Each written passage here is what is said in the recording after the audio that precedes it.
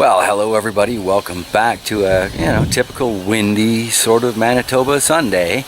I don't know why, but they always seem to be windy days. You know, it can be perfectly peaceful all week long, and then Sunday, poof, wind. Anyway, I want to show you what's growing on around here, so I figure we should probably get started on that. There's rather a lot to see today, so you might want to grab yourself a beverage when that ad break comes along. Let that sucker roll. Just wander around your house, do what you will, and yeah, get comfortable because this could be a long one. Let's start with the plants that have most recently been brought down from the Bear's Den Gardens and take it from there.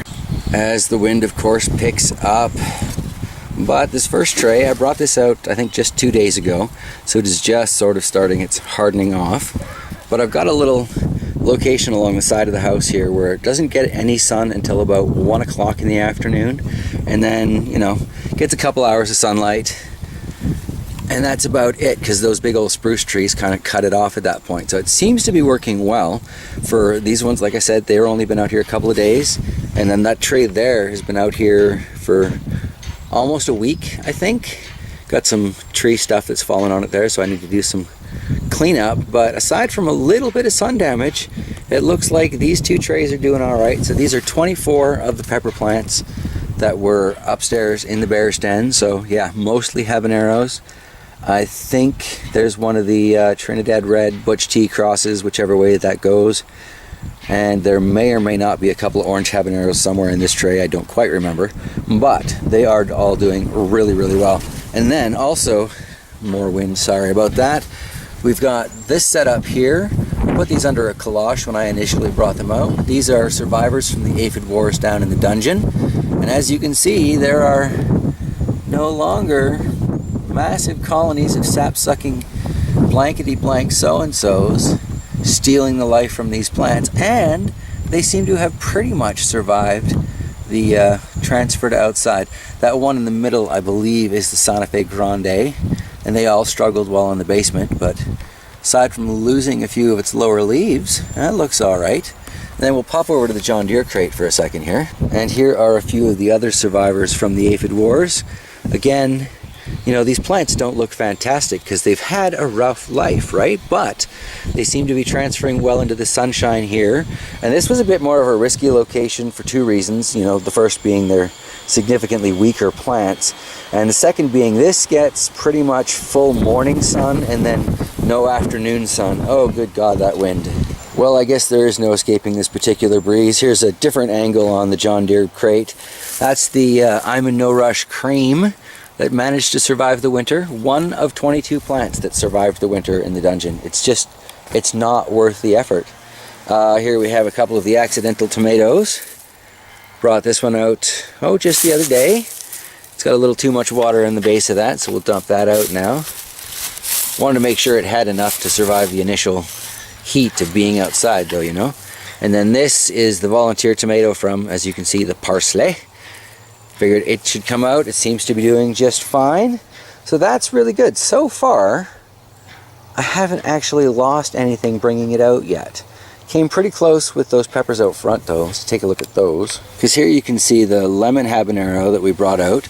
Not doing too bad. I mean, kind of a little bit pale, a little bit of sun damage, but mostly that cloche, I think, protected it for the little while that it was on there. And we might even have some fruit that has already, you know, survived coming out and is going to be a pepper for us, so that is exciting.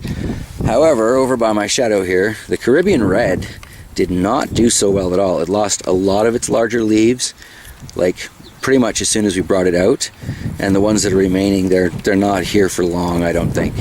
But we've got new growth, still got some healthy green on there, and it seems to be doing better now, like it's done its adapting and it's ready to grow, but initially coming out was not nice to this plant. And then here's something we haven't seen on this channel in a while. We haven't taken a look at the Saskatoon berry bushes, which are in some desperate need of pruning, as they are twice as tall as I am, plus some. But this kind of helps ensure that the birds get their share and we get our share, so I'm basically okay with that. I want to do some internal cleanup on these this year, and looking down at the bottom, seem to have a million of little shoots coming up.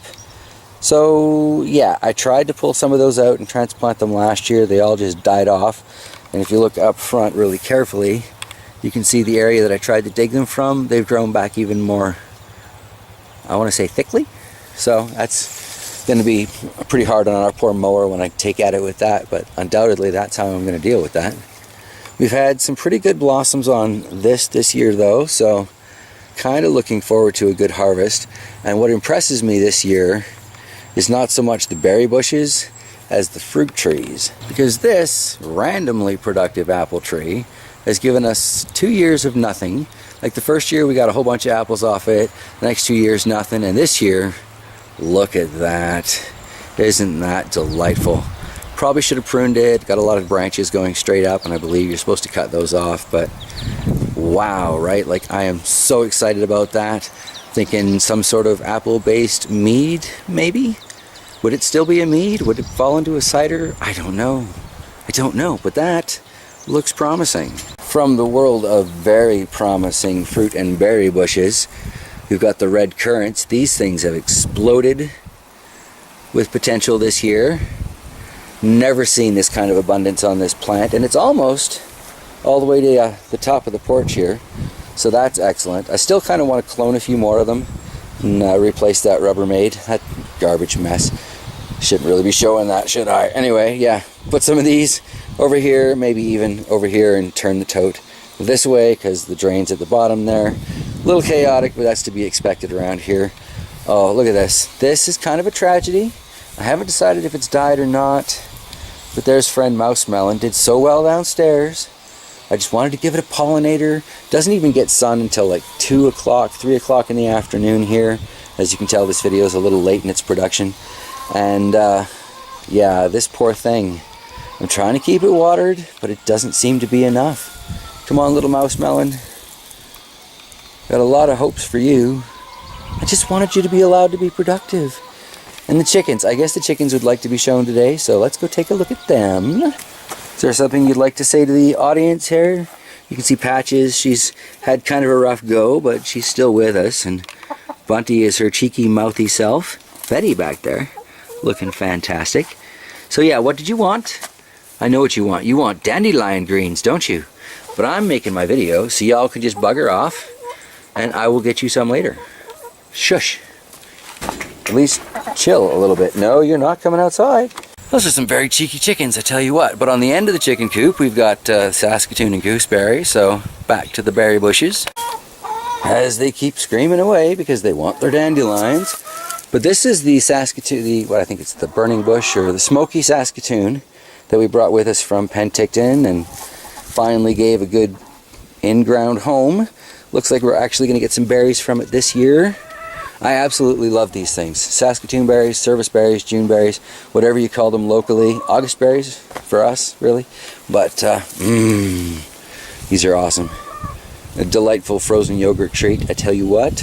And then yeah, sliding on the other side of this ancient maple, we've got the gooseberry. This thing was covered with flowers a few days ago.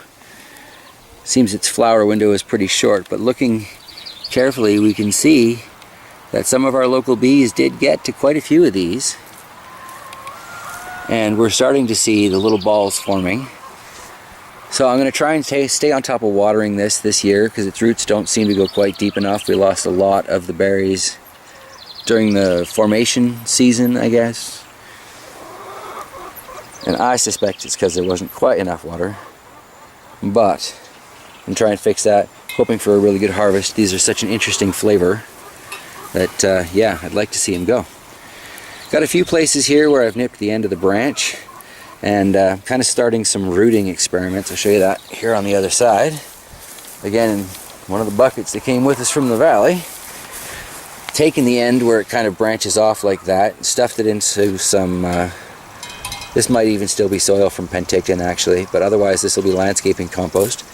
And I'm hoping that as this grows with, you know, I've probably got a good inch and a half stuffed into the soil, you know, but as it grows, maybe it'll grow some roots out of there. I can eventually snip it off from the main bush, put another one kind of here, because ultimately I'm thinking I want to put some beehives in this area here. So we've got our own local source of pollinators. Obviously it'd be nice to have the honey for the mead. Does something with the space. I just trying to use the space as best as I can, because we've only got like just a half acre on this property, right? And we really want to, well, pimp my property, as it were. Anyway, so yeah, the gooseberry is looking really promising this year. And I want to show you guys that cherry tree before I get distracted by the actual gardens. How delightful is this? My little clearance sale, end of the season, 55% off cherry tree. I think this thing was like less than 50 bucks. Just covered with flowers, and I got a little bee moving around in there, so I'll back up and give it its space. That thing is loaded with blossoms. That is so delightful. After spending so many years in the valley, you know, it's just like deep sniff. Oh, heaven. And if I remember correctly, these are like a Juliet something cherry, supposed to be like a darker cherry, which is kind of my preference. So look at that grow, eh? Oh, so excited. Anyway, the wind kicking up again as always, can't help it. I haven't gotten any further on this mound, because I've been busy doing, you know, other stuff this week, but that means the Chaos Garden is growing us some delightful chicken treats. I'm kind of grabbing these down at the base, and sometimes I get root, sometimes I don't. Come on. You know, this is a don't time. But just toss this whole handful into the girls, and they're pretty darn happy with that, actually. So I'll just hang on to these for a second. There's the strawberry that showed us mounds work for strawberries. Pretty sure that is actually a pine berry. And then these guys, they look pretty rough, and you know, they still don't look fantastic, but I'm seeing some new growth here, and it's nice. We've got some flowers forming, some new growth in the middle of that one. This one, itty bitty one in the middle, maybe has survived. Just gonna have to wait it out and see. But these are about long-term goals, so even if I don't get strawberries from them this year, I'm not going to be too upset about that. I just want them to bunker in and be ready to go for the 2020 garden season, because, well, you know me, always thinking ahead around here. We got the white shard, Swiss shard. Nothing coming up in there yet. Well, I mean, there's lots of stuff coming up, but none of it's the shard that I actually planted. And in the middle chunk here, nothing coming up in the pumpkins, but here amongst a few very stubborn dandelions, like, how's that thing growing up, right? And there's another chunk of another one. Might actually even be the same one. I've got a few of my sunflowers that are coming up. Got one there, and one back there. There were a couple of spots where I thought I saw two coming up. I got a sunflower there. Definitely two coming up there. So with luck, may actually get a decent little sunflower patch this year. And it seems like such a silly little thing to be excited about, but I am super stoked about that. So yeah, give a spin, and I still desperately need to get started on the bunker garden, but the peppers aren't ready to be planted out here yet, so technically I've still got time. Hence it's been, well, procrastination up to this point. Obviously there's nothing coming up in the Three Sisters garden yet. Been trying to water it. You can see I got some grass down in the middle there to help check evaporation, keep the soil cooler, and yada yada yada. My million and one reasons that I use that, but you know what, if it works, go with it, right? Here we got the carrot and radish bed. Oh yeah, just planted this last week, right? And of course radishes, because nice and quick. Got a whole bunch coming up there, whole bunch coming up there. Got a nice solid row popping up along the front. So this is very exciting indeed. But I'm going to be honest with you, in past years I have not been on top of being out here with the watering can. And this year I'm really trying to, well, be better about that, because the goal this year is production. Not necessarily so much with experimentation. I'd like to see some actual produce come out of the garden this year. And I think we're doing all right with that so far. I believe somebody called in an order for some dandelion. You thief! Dandelion greens. There you go. Maybe you'll chill out for a little bit now. We'll see. Patches, you're not coming out. It's not going to happen. Guess we haven't taken a look at this yet this year either. Here's that Hugel swale raised bed garden thing that we built, and in theory I filled with garlic, but I have yet to see anything even remotely garlic-like popping up in there. We do, however, have a delightful assortment of wild weeds coming up from the compost. So I imagine I'll just rake all the top off of this soon, hopefully sometime this week. And we'll see, maybe I'll find some garlic tops in that, maybe I won't. But either way, this mulch I think will go to those screaming chickens, who you'll notice are delightfully quiet now. Their beaks are full of dandelions, so therefore I can continue making my video. How nice of them, you know?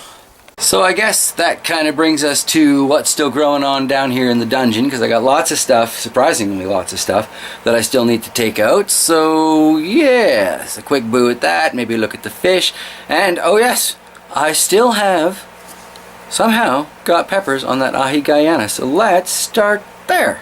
Very much racked with indecision on this poor plant, because it's done this, include air quotes, well, down here in the dungeon. I mean, I've got 1, 2, 3, 4, 5 decent sized peppers on here, but they're not taking any color, right? And the plant itself doesn't look entirely happy. Now, if we think about all those seedlings that I took up and their distinct lack of aphids now, you know, I have to ask myself, would it survive the trip out into the sunlight and natural elements well enough to be worth the reduction in the aphid population, or would that be the straw that breaks the camel's back and finally kills this poor plant? Because it has struggled, you know. I haven't exactly been nice to this plant. I'm not really nice to any of my plants, but it's all about learning, you know. However, I did learn that a larger container seems to keep them alive down here, but only just alive. So I still need to up my quality of my grow down here, because I don't want them just alive, I want them thriving. However, herbs seem to do just fine down here, and you know, lettuce, leafy greens, these things seem to do okay. So I can still grow something down here and not have it be a total write-off, but peppers are kind of out of the question. Oh, look at this. Got one tiny little shotgun or shot glass pepper. I'll need to move that guy outside. Should probably put it in something larger, but at the same time transplant it just so I can transplant it. Doesn't actually sound all that nice to the plant. Over here in the aquaponic garden we have a forest of mint. Quelle surprise. Got just that one tomato plant left here because I didn't really see the point in taking this out. So I might as well just pull it out of the garden entirely. Got that sage. Beautiful. Doing fantastic. Kind of toying with the idea of taking a few cuttings off of that and putting them into this bucket here. And, you know, more sage is always a good thing. We burn a lot of sage around this place. I just trimmed this little mint forest back the other day for a bit of bribery for the hens. They seem to rather enjoy that. Then down here we've got the cabbage starts. These are those ones from Vessi's, these purple ones, looking pretty decent. Got a few of these golden acre, 4 of them, but 3 of them look like they'll do. One surviving a sunflower start from the rodent that came up and munched away. And then a whole lot of really scraggly looking tomato starts. Need to go outside, but not quite sure where to put them yet, and based on that mouse melon, I'm not sure these little things can quite deal with it, so yes. Waiting for a few slightly warmer nights and then maybe we'll give it a go, because they got a long way to go, you know what I'm saying? Down here, take a look at the fish. My salad diet goldfish. I was watching my screensaver flicking by on the computer the other day, and there were a few pictures of when these guys were just little and first came to live in my dungeon. I have to say, they mostly have really grown. Surprised how well they have done. You know, speaking of surprising, that mint that I just kind of threw in the corner there, very much surprised by how well that's doing, but I guess it's growing over towards the LED and the fluorescent light there, so whatever, if it's happy to grow, I'll let it grow. And then we've got what's left of the flower garden, which Desperately needs a cleaning and rearranging and better lighting situation, but at least I can kind of get to the plants now. So that's not bad. It's not bad. That poor coffee tree there, I'm not quite sure what's going on with that, but it is not looking terribly happy. My little lemon tree there too. I'm thinking I want to move that lemon outside for the summer because it really hasn't seen too much of an aphid population. So I think if I bring it back in, it should be safe. Just going to have to see. My one little surviving pine tree there.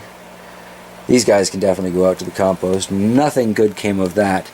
However, I forgot to show you this though. The raspberries that I planted along the fence are doing incredibly well. Nothing really going on with these hawthorns, so I don't know.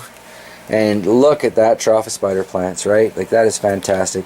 Definitely going to put that outside. I think I found a good shady location for them to kind of transfer, because when we put the other thing of spider plants outside, it went brown pretty fast. Like, pretty sure it'll come back, but it's not looking fantastic now. You'll notice it did not end up in today's video. That's about it though. Not a lot going on down there anymore. Still have this ridiculous pile of spider plant pups that I need to plant out, but I have to say they are doing really well considering it's been a week since I have cut them off the plant so rudely and then just left them there because I got busy doing other stuff. But yeah, a lot of spider plants. It'll be great. This house will be just littered in them. I love having the spider plants around. I need to get my hands on a Boston fern. We used to have Boston ferns in my parents' house growing up, and I really liked those too. Well, garden goals, you know. So I guess that's where I'm going to wrap it up. I hope you enjoyed today's look around the gardens, and I do thank you for sticking with me as I go through all of these random garden adventures and kind of learn through experimentation, because, well, it's just how I do things, isn't it? Anywho, yeah, so if you've got any thoughts on that ahi Guyana and whether or not I should just leave it inside to finish its life cycle or take it outside and try and plant it deep, I would love to hear people's feedback on that one. And hopefully I'll have that tray of tomato starts out before we take a look at things next Sunday. Probably going to be a midweek update on the Bear's Den, because I think, fingers crossed, I think that Bad Brains pepper in the Arrow Garden may actually have a little pepper bomb on it. And by Thursday we will be able to confirm whether or not it's going to stay there or freaking fall off like so many of the flowers have done up to this point. Yeah, anyway, not a lot of other peppers to see up there because they've all kind of been taken outside, deal with the sunshine, so that'll probably be a really quick update. Anywho, yeah, I hope you have enjoyed the look around, like I said, and thank you so much for sticking with me. Much love to you all, my garden friends. Have a fantastic 2019 season, and I will see you next time, I guess. All right, take care, everybody.